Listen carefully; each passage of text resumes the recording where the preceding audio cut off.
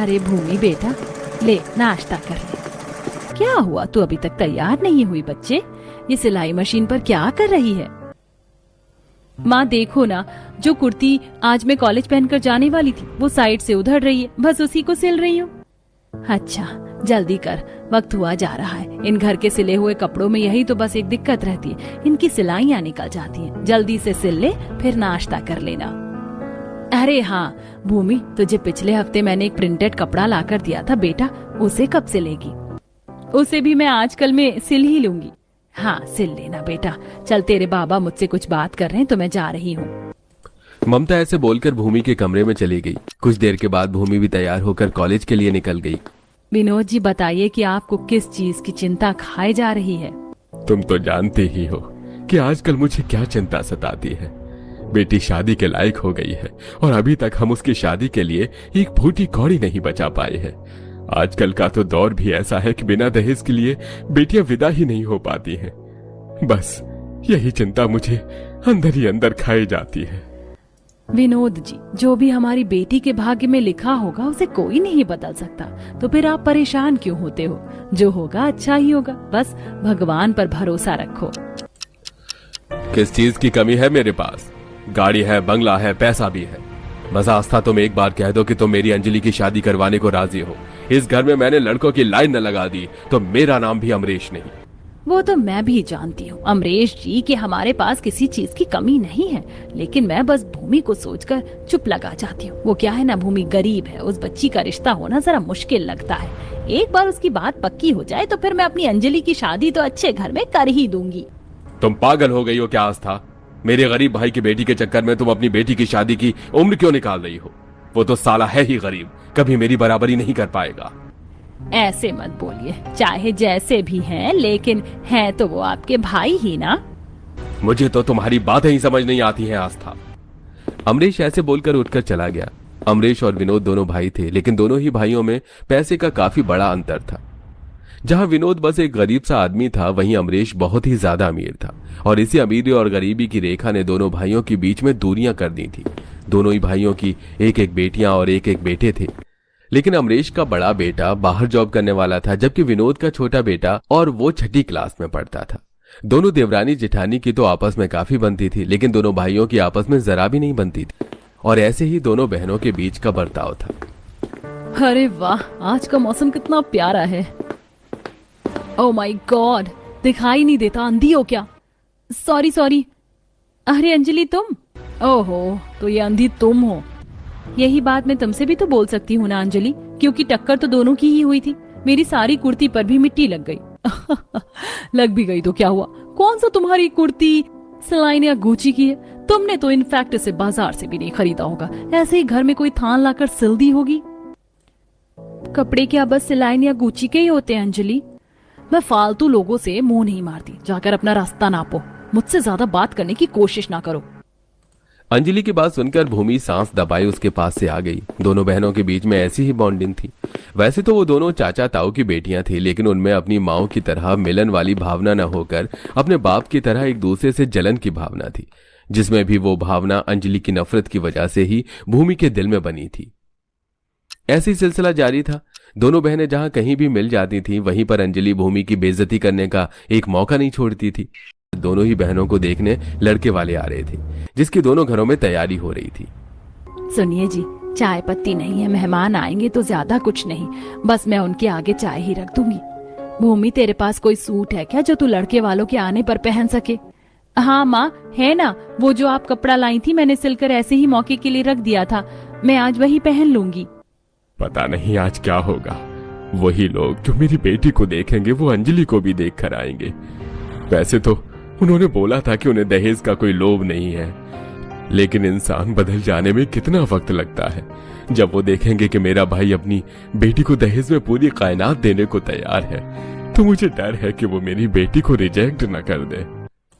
बाबा, अच्छी उम्मीद लगाओ, सब कुछ अच्छा ही होगा। एक तरफ भूमि के घर में कुछ इस तरह से तैयारी चल रही थी, तो वहीं दूसरी तरफ अंजलि के घर में कुछ ऐसा हाल था। व्हाट? मुझे देखने रिश्ते वाले आ रहे और आपने मुझे बताया भी नहीं? भैया चलो, मुझे अच्छी सी ब्रांडेड ड्रेस और साथ में शूज वगैरह भी दिलवा कर लाओ। जाने तिन दिलवाला अपनी लाडली बहन को सामान, उसके बाद तो जो हो सकता है कि वो लोग इसको पसंद कर जाएं और फिर ये कभी तेरे साथ शॉपिंग पर जाए ही ना। मैं इसे ससुराल में भी शॉपिंग करवाने ले जाऊंगा। अरे माँ, आज तो भूमि को भी देखने रिश्ते वाले आ रहे हैं ना, पता नहीं चाची जी के घर में कुछ होगा भी या नहीं होगा। कुछ हो या ना हो, उससे हमें क्या, तू अपनी बहन को दिलवाने जाना। अमरीश की बात को सुनकर कोई भी कुछ नहीं बोला।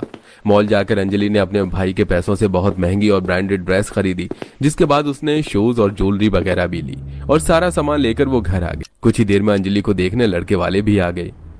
आइए आइए, बहुत बहुत स्वागत है। आप दोनों बहन हो क्या? बहन नहीं, लेकिन बहनों की तरह ही हैं। हम दोनों देवरानी जेठानी हैं, लेकिन आज तक भी मिलजुल कर रहती हैं। अरे, आपकी देवरानी जी यहाँ नहीं है? उनकी बेटी को भी तो हम देखने आए थे। जी नहीं, वो बराबर वाले घर में रहती हैं। आप भूमि को वहीं जाकर देखना। अच्छा अच्छा, वैसे अपनी बेटी को तो बुलवाए। जी जी।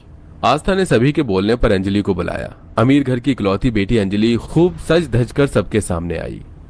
इनके बराबर वाले घर में दूसरी लड़की है, लेकिन मोहल्ले में तो इनके जैसा घर किसी का नहीं है। इसका मतलब कि दूसरी लड़की गरीब है, और अगर वो गरीब है तो जाहिर है कि वो अच्छा दहेज नहीं लाएगी।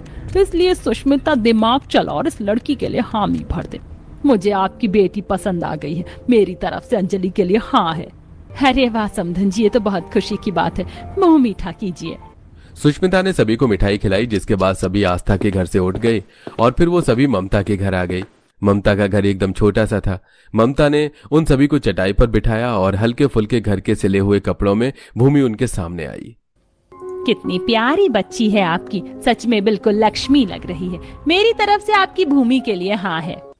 अरे वाह, ये तो बड़ी खुशी की बात है। विद्या जी, हमारे घर के हालात आपके सामने हैं। मैं नहीं चाहता कि शादी के दिन कोई बवाल बने, इसलिए सब कुछ आज ही आपको साफ साफ बता रहा हूँ।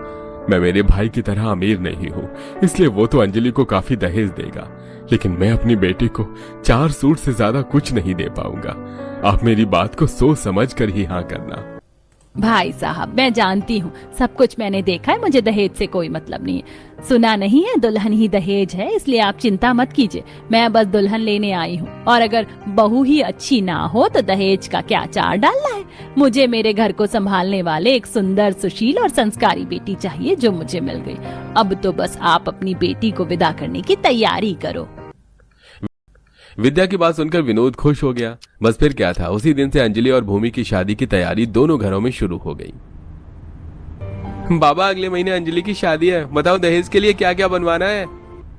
देख नितिन, एक तो बड़ी वाली गाड़ी दूंगा मैं अपने होने वाले दामाद को, दूसरा गेंद ड्रेसिंग टेबल से, ये सब तो हो जाएगा ही। हाँ, एसी ऐड कर लो लिस्ट में, और साथ में मैं नहीं चाहता कि मेरी बेटी को पैसे की कमी महसूस हो, इसलिए 5 लाख रुपए उसके अकाउंट में डलवा दो, और शादी के दहेज की हर एक चीज चंदन की लकड़ी की बनवाना।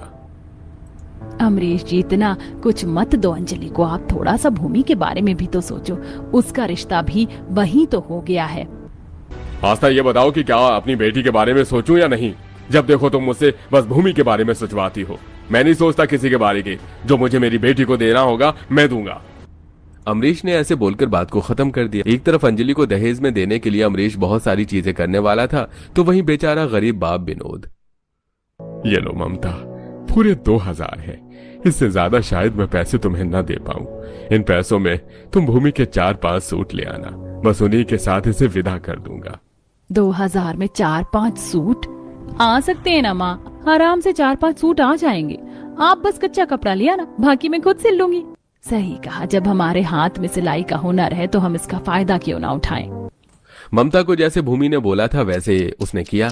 उसने भूमि को कच्चा कपड़ा लाकर दिया, जिसके बाद भूमि ने उसे खुद अपने हाथों से सिला और अपनी ससुराल लेकर जाने को 5 सूट बना लिए। देखते ही देखते दोनों बहनों की शादी का दिन भी आ गया और दोनों बहनें अपने अपने घर आंगन से विदा होकर एक ही ससुराल आ गई। सुष्मिता